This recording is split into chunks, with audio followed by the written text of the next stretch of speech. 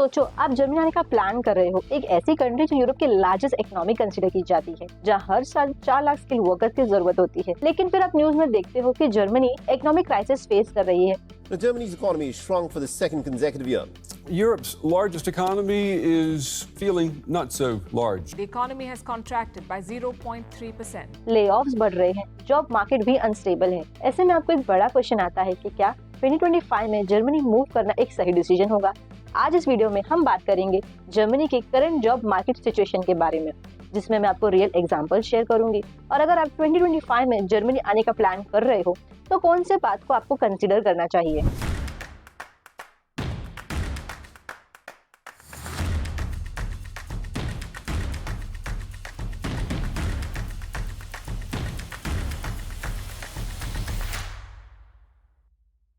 Germany, जो हमेशा से यूरोप की सबसे स्टेबल इकोनॉमिक मानी जाती थी, आज इकोनॉमिक स्लोडाउन फेस करना पड़ रहा है। एक्सपर्ट का कहना है कि 2025 में जर्मनी की इकोनॉमिक सिर्फ 0.1% ग्रो करेगी, या हो सकता है कि स्लाइटली कॉन्ट्रैक्ट हो जाए। इसका सीधा मतलब ये है कि जॉब्स क्रिएट होने की जगह जॉब एलिमिनेट्स हो रहे हैं। अगर आप जॉब सीकर्स या जर्मनी में एजुकेशन के लिए आ रहे हो तो आपका ये जानना बहुत जरूरी है कि क्राइसिस हो क्यों रही है।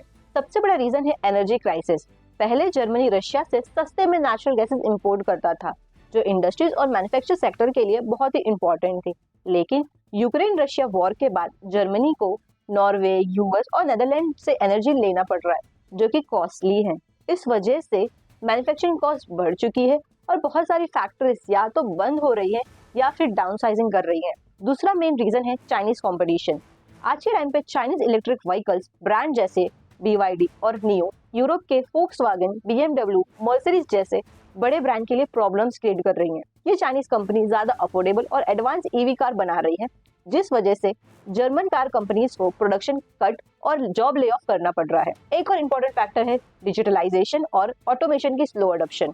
जर्मनी अभी भी AI और रोबोटिक को अपने इंडस्ट्रीज में पूरी तरह से इंटीग्रेट नहीं कर पाया है, जिस वजह से प्रोडक्टिविटी और एफिशिएंसी स्लो हो रही है। अब आप सोच रहे होंगे कि जर्मनी में आखिर किस टाइप का ले ऑफ हो रहा है। एग्जाम्पल के लिए बोश ने AI और ऑटोमेशन की वजह से 3000 प्लस जॉब्स कट की हैं। फोक्सवैगन एंड BMW अपनी सेल्स लूज कर रहे हैं। वेकर केमिक, जो एक बड़ी केमिकल कंपनी है, उसका प्रॉफिट 7% डिक्लाइन हो चुका है। और एडिडास एंड सीमेंस जैसे ब्रांड हायरिंग फ्रीज मोड पे जा रहे हैं, जिसका इम्पैक्ट सिर्फ लोकल वर्कर्स पे नहीं बल्कि स्किल्ड इमिग्रेंट्स और स्टूडेंट पे भी हो सकता है। अब सवाल ये आता है कि क्या अभी भी जर्मनी आना वर्थ इट है। तो देखो, अगर आप बिना प्लानिंग और रिसर्च के जर्मनी आओगे तो यस, सिचुएशन टफ हो सकती है। लेकिन अगर आप राइट स्किल, राइट माइंडसेट और प्रॉपर प्रिपरेशन के साथ आते हो तो अभी भी यहाँ अपॉर्चुनिटीज आपके लिए अवेलेबल है। अगर आप एक स्टूडेंट है जो जर्मनी में पढ़ाई करने के लिए आना चाहते हो तो सबसे पहले आपको ये देखना होगा कि कौन से कोर्सेज आने वाले फ्यूचर में डिमांड में रहेंगे। अगर आप सिर्फ मैकेनिकल या ऑटोमोबाइल इंजीनियरिंग जैसे ट्रेडिशनल फील्ड पे ही फोकस करोगे तो शायद आपको job market tough competition face करना पड़ेगा। लेकिन अगर आप AI, data science, health care या रोबोटिक जैसे फील्ड में स्पेशलाइजेशन कर रहे हो तो आपके लिए यहाँ पे जॉब सिक्योरिटी बेटर हो सकती है।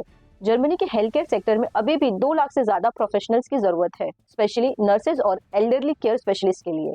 IT और इंजीनियरिंग फील्ड्स में भी एक्सपीरियंस सॉफ्टवेयर डेवलपर और AI एक्सपर्ट की डिमांड है। साथ ही स्किल ट्रेड जैसे कि इलेक्ट्रिशियंस, प्लम्बर, टेक्नीशियंस के लिए भी अभी भी जॉब मार्केट स्टेबल है। अब बात करते हैं एक इम्पोर्टेंट फैक्टर्स की, जर्मनी की पॉलिटिकल इंस्टेबिलिटी की।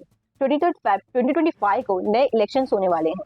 अगर नए गवर्नमेंट की पॉलिसी चेंज होती है तो स्किल्ड वर्कर्स इमिग्रेशन के रूल स्ट्रिक्ट या इजी हो सकते हैं। यानी अगर आप जर्मनी मूव करने का प्लान कर रहे हो तो ये राइट टाइम है आपको डिसीजन लेने के लिए, क्योंकि नए गवर्नमेंट आने के बाद रूल्स और प्रोसेस में चेंजेस आ सकती हैं। तो अगर आप 2025 में जर्मनी आने का प्लान कर रहे हो तो आपको कुछ पॉइंट्स कंसीडर करने चाहिए, जैसे कि सबसे पहला पॉइंट, लैंग्वेज स्किल। जर्मनी में आने के बाद सिर्फ इंग्लिश पर डिपेंड करना रिस्की हो सकता है, स्पेशली अगर आप हेल्थ केयर, इंजीनियरिंग या स्किल ट्रेड में काम करना चाहते हो। जर्मन लैंग्वेज सीखना आपके लिए एक एडवांटेज होगा और आपको बेटर जॉब अपॉर्चुनिटी दे सकता है। सेकेंड है फील्ड स्पेसिफिक रिसर्च।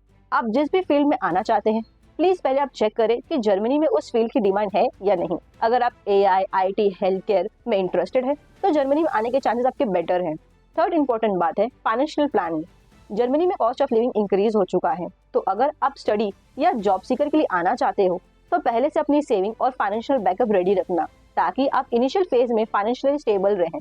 एक और इम्पोर्टेंट चीज जो बहुत स्टूडेंट्स इग्नोर कर देते हैं, नेटवर्किंग और जॉब सीकर स्ट्रेटजी। जर्मनी में जॉब मार्केट कॉम्पिटिटिव हो जाता है, इसलिए आपको लिंक्डइन, जॉब पोर्टल्स या प्रोफेशनल कनेक्शन का यूज करके पहले से जॉब सर्च करना स्टार्ट कर देना चाहिए। अगर आप ऑलरेडी जर्मनी में हैं तो इंटर्नशिप या पार्ट टाइम जॉब के थ्रू आप एक्सपीरियंस गेन कर सकते हैं। तो अगर आपको आज का वीडियो पसंद आए तो लाइक करें एंड स्टडी रिलेटेड और भी डिटेल्स के लिए चैनल को अभी सब्सक्राइब करें।